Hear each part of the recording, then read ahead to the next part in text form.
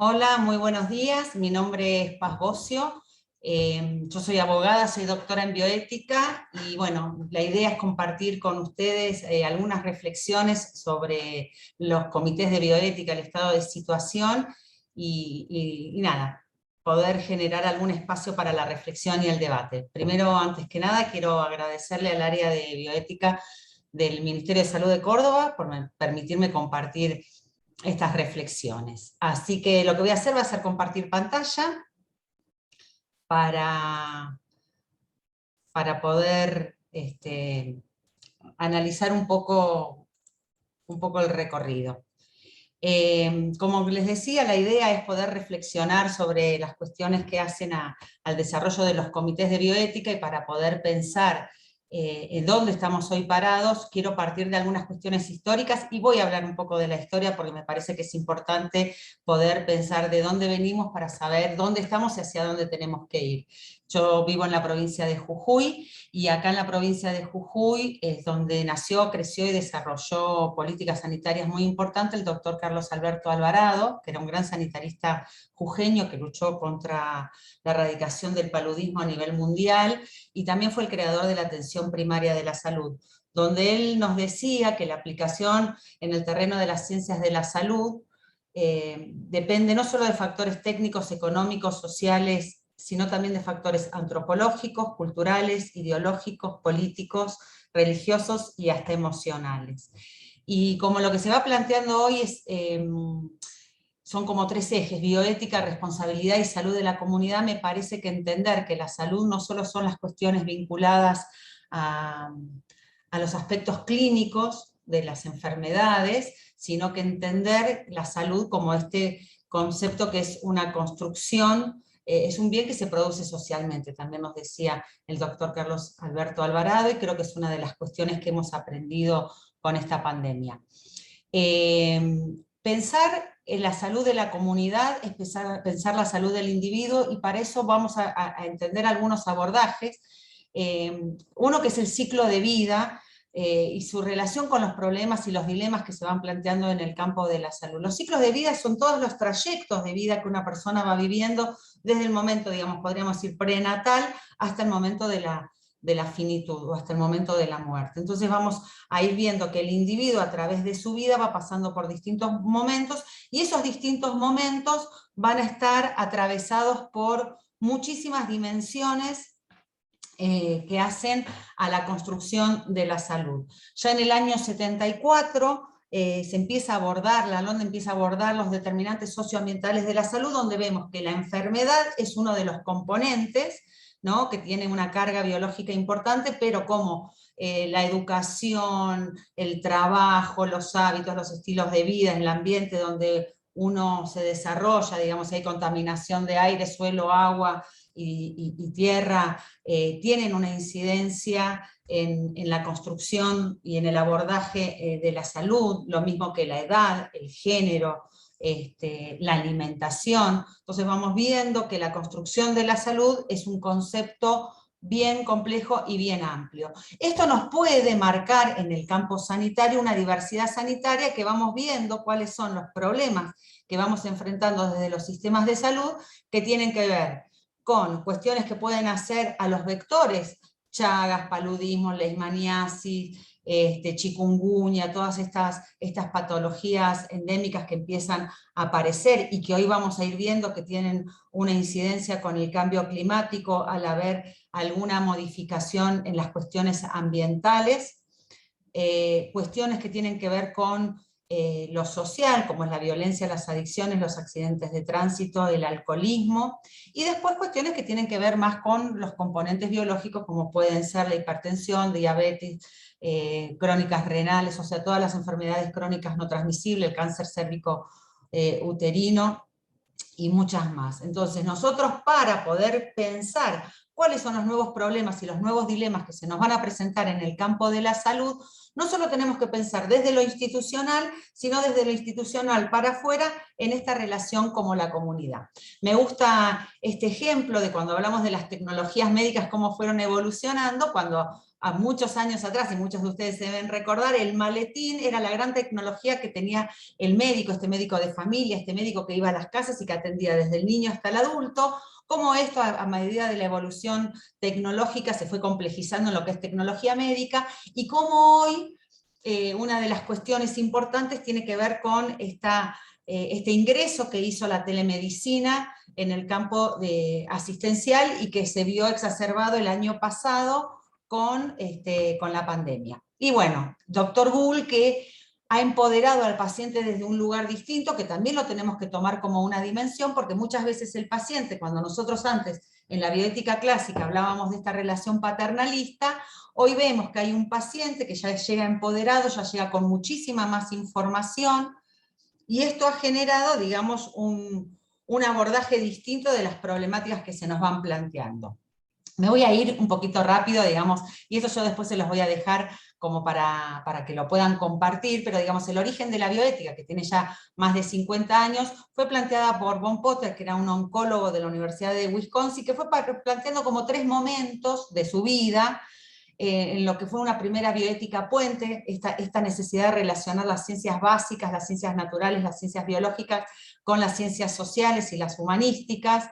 Esto lo planteó en el año 1970, después un proceso que lo llevó a pensar en una bioética global, donde ya se iba cambiando y se empezaba a mirar desde otros lugares, ya no perdedores y ganadores, sino cómo a nivel global todos podíamos tejer espacios de diálogo, de debate, de consenso, y se empezó a mirar una ética médica, la ética medioambiental. Ya en el 88 se llevaban ya 16 años del desarrollo del desarrollo ambiental sustentable. Estábamos cerca de la Convención de Río del 92, o sea, ya había todo un proceso donde la humanidad los temas ambientales los empezaba a incorporar como mucho más fuertemente, y ya en el año 98 él hablaba de una bioética profunda, y ya se iba al micromundo, ya se iba a los genes. Pensemos que en el 97 se había clonado a Dolly, donde esto generó a nivel mundial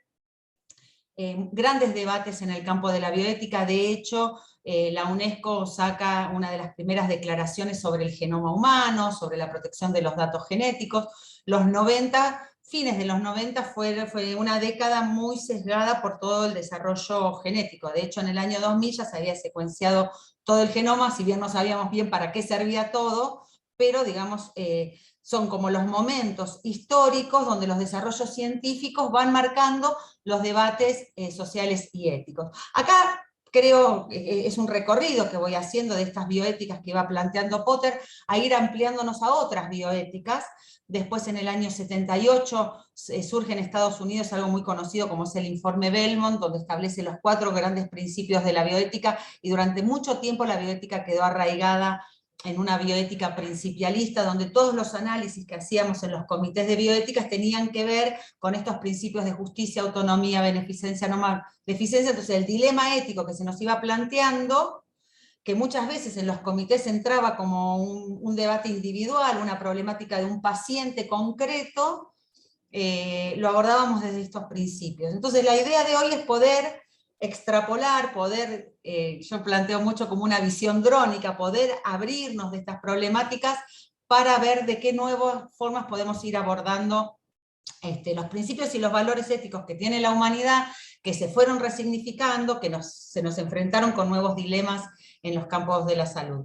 Una bioética de intervención que plantea con mucho tino Bonet Garrafa en Brasil, y que es a posteriori de la Declaración Universal de Bioética y Derechos Humanos del 2005, donde ahí Latinoamérica tuvo un desarrollo muy importante en la incorporación de nuevos valores, como es la solidaridad, la responsabilidad, la equidad. Algo que vengo planteando yo en estos últimos años, como les decía, yo estoy en la provincia de Jujuy, trabajo mucho con comunidades originarias, y donde las problemáticas muchas veces escapan o exceden esas problemáticas que desarrollamos como marcos teóricos en el campo de la bioética más académica. Entonces, una bioética de cercanía que nos pueda vincular con los valores y los principios de las comunidades en su territorio. Incluso ustedes mismos ahí en Córdoba tienen una diversidad de contextos sociosanitarios que llevan a tener que entender distintas problemáticas. También una bioética que podríamos denominar virtual y digital, porque hoy está atravesada por estos nuevos dilemas y estas nuevas herramientas que nos llevan a que la bioética se acerque a la gente. El año pasado hubo muchos dilemas, ¿no?, que fueron atravesados en las prácticas asistenciales por lo digital y por lo virtual. Una bioética de la sustentabilidad que tiene que ver con esta ética que se planteó en un principio como disciplina o ciencia de la supervivencia, que la planteaba Potter en su momento, y esta necesidad de cuidar y entender el planeta como un espacio, como la casa común de todos, y cómo esto nos generan grandes dilemas en lo que es, como les mencionaba, cuestiones como cambio climático, el tema del agua, el tema de los agroquímicos, cambios de uso de suelo, la pérdida de la biodiversidad, la producción alimentaria y el impacto que tiene el cambio climático, y bueno, muchas cuestiones más que necesitamos entender y que nos pueden generar dilemas en el campo de la salud provenientes de conflictos que se dan en el campo ambiental. Y por último, una bioética pandémica que el año pasado también nos llevó a resignificar muchas cosas. ¿Por qué estamos aquí? Fundamentalmente para poder hacernos estas preguntas. Los comités tienen varios orígenes, ¿no? Digamos, los comités como un espacio de encuentro de personas de distintas procedencias y disciplinas que se puedan juntar para discutir temáticas. Solo voy a quedarme en 3 momentos. En el 66, con el primer Comité de Ética de la Investigación, estos comités que surgen fundamentalmente en Estados Unidos, que fueron un poco los que fueron marcando como el desarrollo, que planteó criterios que hacían a las pautas que había que tener para la evaluación de la gestión de la investigación. Y esto venía de todo el recorrido ético de las investigaciones a partir del juicio de Nuremberg, que da como resultado la aprobación del Código de Nuremberg, Declaración de Helsinki, todo un conjunto de normas internacionales acordadas por organismos científicos que establecían pautas para la ética de la investigación. El primer comité que surge, como sí se lo conoce como el Comité de Seattle, que tenía que ver con asignación de recursos en el campo de la diálisis. Había más de 10.000 personas que necesitaban dializarse y había solo 9 camas. Y esto generó la necesidad de crear un espacio, un cuerpo que pudiese decidir cuáles iban a ser los criterios con los cuales se iban a hacer esa asignación de la máquina de diálisis. Y si lo miramos un poco, creo que después se los pongo en una filmina, si lo miramos un poco lo que fue el año pasado con la asignación de última cama como dilema ético, vamos a ver qué tipos de preguntas se iban haciendo, y también podemos leer desde aquellas primeras preguntas a estas de ahora cómo hubo una evolución en entender los valores éticos en la asignación de recursos. Y por último, en el año 85, a raíz de un proceso que tenía que ver con la desconexión del respirador de Karen Kinlan, uno de los casos que se lo conoce como primer caso de eutanasia, de una joven que estuvo 10 años en estado vegetativo y que sus padres pidieron a la justicia que sea desconectada, y bueno, esto generó uno de los primeros comités. Entonces los comités van teniendo a lo largo de la historia muchas cuestiones. Como les decía, regulaciones tenemos varias, también tenemos algo que podemos denominar como polifonía normativa, que es muchas normas que hacen a la regulación. Pensemos que en la Argentina la gestión de la salud es de competencia jurisdiccional, cada provincia en eso ha reservado la autonomía delegada después en algunas cuestiones a la provincia, pero mantiene la autonomía originaria en lo que hace a la gestión de la salud. Creo que una de las normas más importantes internacionales es la Declaración de Bioética y Derechos Humanos para poder pensar la gestión de la bioética en nuestros aspectos. Esto lo voy a pasar como muy rápido, no me voy a detener, pero en el año 2016 se modifica el Código Civil y Comercial y aparece un espacio que se llama núcleo, o yo por lo menos lo denomino como el núcleo duro de salud, que es del artículo 51 al 60, donde encontramos casi todas las normas que hacen a la regulación de las prácticas asistenciales y las prácticas de investigación en el campo de la salud, y son las normas que nosotros tenemos que tener en cuenta cuando hay que deliberar sobre alguna cuestión. A su vez, Argentina también tiene un conjunto de normas sanitarias muy importantes. Tenemos un sistema que se regula muchas veces por patología, entonces no es que tenemos una ley general de salud, sino que tenemos muchas leyes donde también hay que ir tomando resguardos que hacen a la gestión de la bioética.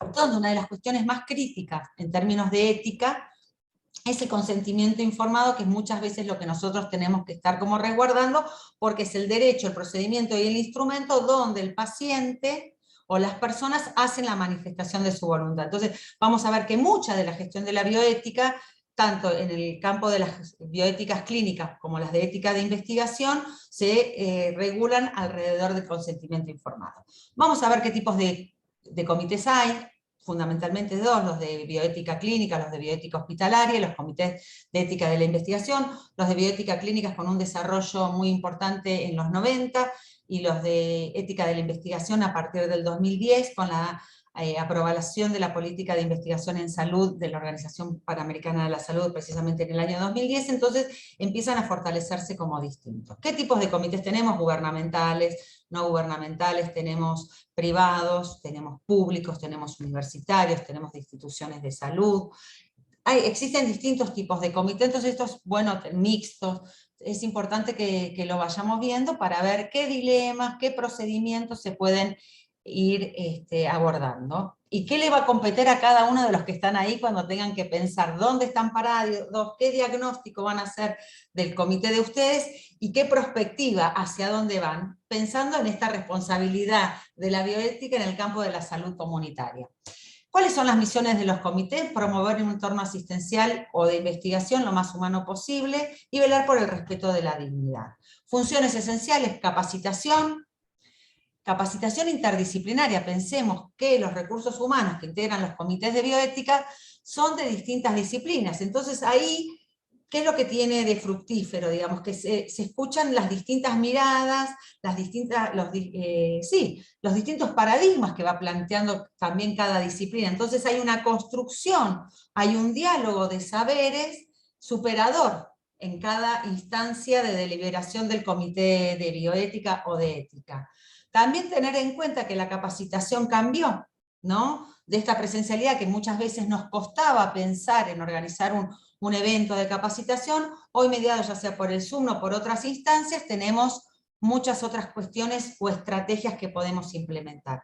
El tema de asesoramiento y análisis de casos concretos, cuando llega la consulta específica, en términos de un paciente que puede estar requiriendo algo, algún dilema que se va generando dentro de la institución, dentro de lo que son las prácticas asistenciales, y también normatizar. Algo que es muy importante es trabajar en la construcción de protocolos. ¿Para qué? Para que sea claro cuál es la función y cuáles son los procedimientos a los que la bioética puede estar incidiendo dentro de las instituciones. ¿Y ahora qué? ¿Qué nuevos dilemas se nos van planteando?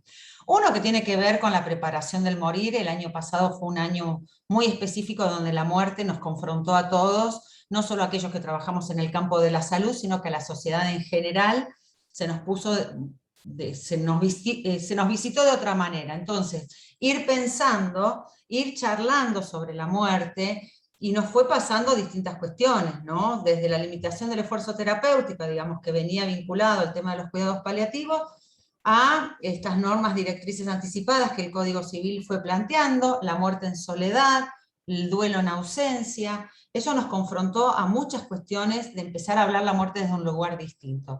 También las manifestaciones de la voluntad, ya sea tanto en directrices anticipadas como en cuidados paliativos, aparecen a través de nuevos lenguajes. El Código Civil establece un testamento o estas directrices anticipadas que se hacen por escribano, y hoy vemos que la gente se tatúa de repente la orden de no reanimación, y es una lectura del lenguaje distinto. Los lenguajes han cambiado y la forma de manifestar la voluntad también. Esto tenemos que resignificarlo o reentenderlo, por lo menos.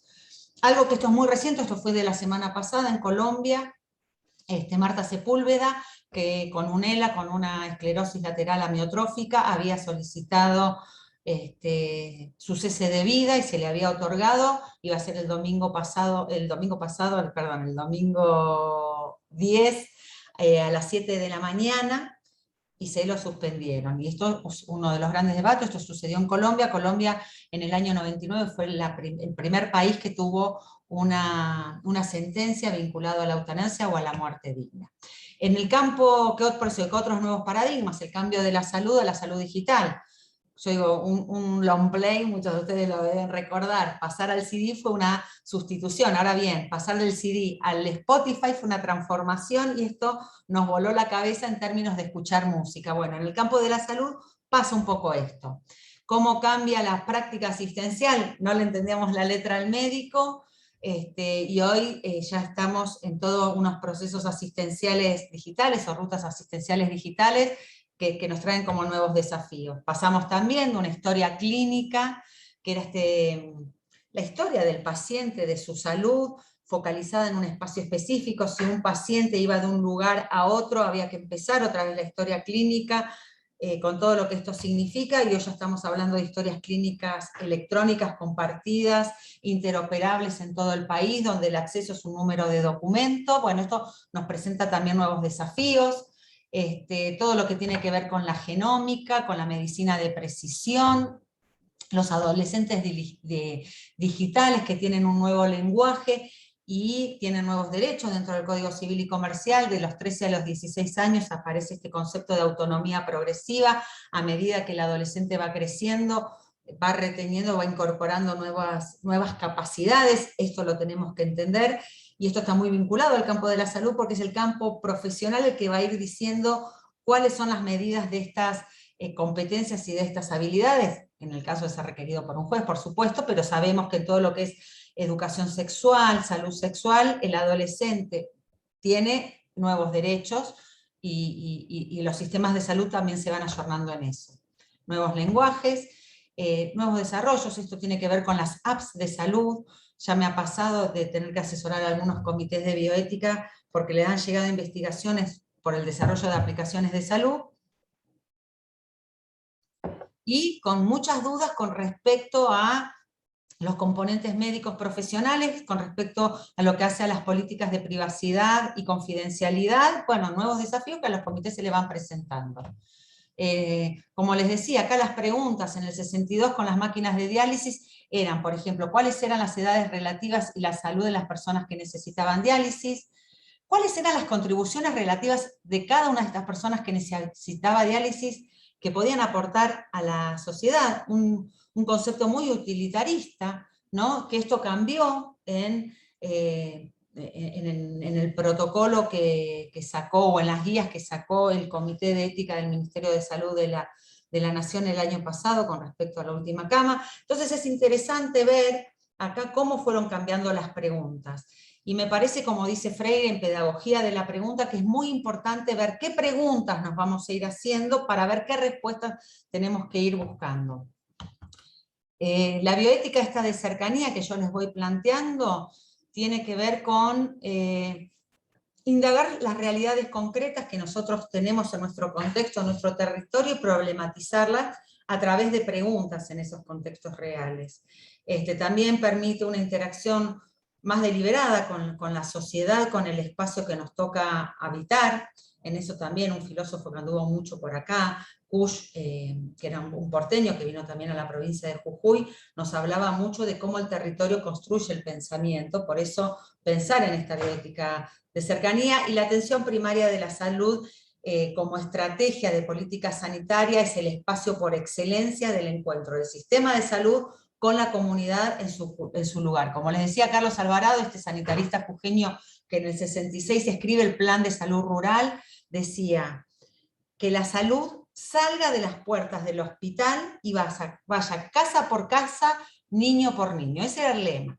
Esa es la concepción de la atención primaria. Una salud extramuro, una salud que se va al encuentro de la ciudadanía y no que espera en el hospital la enfermedad. Por eso cuando nosotros pensamos todo el proceso salud-enfermedad tenemos promoción, prevención, asistencia, tratamiento, rehabilitación, paliativos. Todo ese arco que se va abriendo en este ser humano que va transitando todos estos cursos de vida. Por eso ir pensando dónde estamos parados, la Declaración de Alma-Ata del 78, que es la que establece esta atención primaria de la salud, como le decía, los cursos de vida, y los dilemas que se nos van a ir presentando y se nos van a ir planteando. Algunos principios, y quiero ya ir terminando, el principio de responsabilidad de Hans Jonas, que lo vincula mucho a la era tecnológica, a la tecnomedicina, un filósofo alemán que escribió además un librito delicioso que se llama El derecho de morir, ¿no? Y él habla de esta ética de la responsabilidad porque tenemos una responsabilidad de las decisiones que tomamos sobre las acciones presentes, pero pensando también en lo intergeneracional, en las consecuencias de las decisiones que nosotros tomamos ahora. El principio de responsabilidad, de solidaridad también, que nace en esto donde se vincula lo empático, ponerme en el lugar del otro, pensar la solidaridad como una construcción colectiva, por supuesto el principio de justicia, que lo vemos en distintos desarrollos. Pensar también que la bioética no se sustenta nada más que en esos 4 principios del informe Belmont. Son tantos los principios y los valores éticos que tiene la humanidad que tenemos que recuperar y rescatar muchos más. Necesidad de transformarse. Y acá, ya voy terminando, les planteo 2 disparadores para que ustedes en estas jornadas puedan ir trabajando. El primer disparador, que sería como hacer un diagnóstico de los comités, dónde están parados, ¿no? Entonces viendo si siguen siendo necesarios los comités de bioética clínica, si tienen vigencia, si son utilizados, si son aprovechados, si están en crisis. ¿Por qué? Si es por la falta de número, por la falta de reconocimiento institucional, por el estímulo de las autoridades. Si las autoridades también y los equipos de salud encuentran valor en contar las instituciones con estos comités de bioética, los invitamos a que compartan las semejanzas y diferencias, pero para que puedan trabajar en grupo este primer disparador y que puedan usar la creatividad, que es muy importante, que lo puedan reflejar en gráficos, dibujos, lo que se les ocurra, pero que se pueda generar un espacio de debate y de reflexión sobre dónde estamos hoy. Y el disparador 2, que ya tiene como más una perspectiva prospectiva. Prospectiva es esta ciencia del futuro, pensar de este diagnóstico, donde estamos parados hoy como comités, hacia dónde queremos ir. ¿Qué estrategias o acciones se pueden implementar para insertar la bioética en las instituciones de salud? Anímense ahí a innovar, a innovar. Yo creo que la pandemia nos dio esta capacidad de poder pensar distinto a lo que veníamos haciendo. Así que eso también los invitamos a que usen afiches, pizarras, que compartan, que no se limiten a lo conocido, sino que ahí se animen como a explorar otras estrategias. Así que ahí les dejo mi correo electrónico, dejo de compartir, espero que esto haya salido bien, les deseo una muy buena jornada para que puedan trabajar todas estas cuestiones que realmente son muy necesarias, y no nos olvidemos que Córdoba es la provincia donde nace la estructura, la permanencia, la continuidad de los comités de bioética. Tiene una historia riquísima en lo que es los comités de bioética, y el resto del país siempre los hemos estado mirando, así que los desafío, les propongo que que nos puedan volver a dar grandes lecciones de gestión de bioética en estas jornadas, y sí pensando no solo en la salud individual, sino que esta vez animándonos a pensar en esta salud colectiva, en las estrategias de atención primaria, en lo territorial, en cómo nos acercamos a la comunidad que está exigiendo estas nuevas apuestas de la bioética. Muchas gracias, reitero, al equipo del área de salud por permitirme compartir estas reflexiones.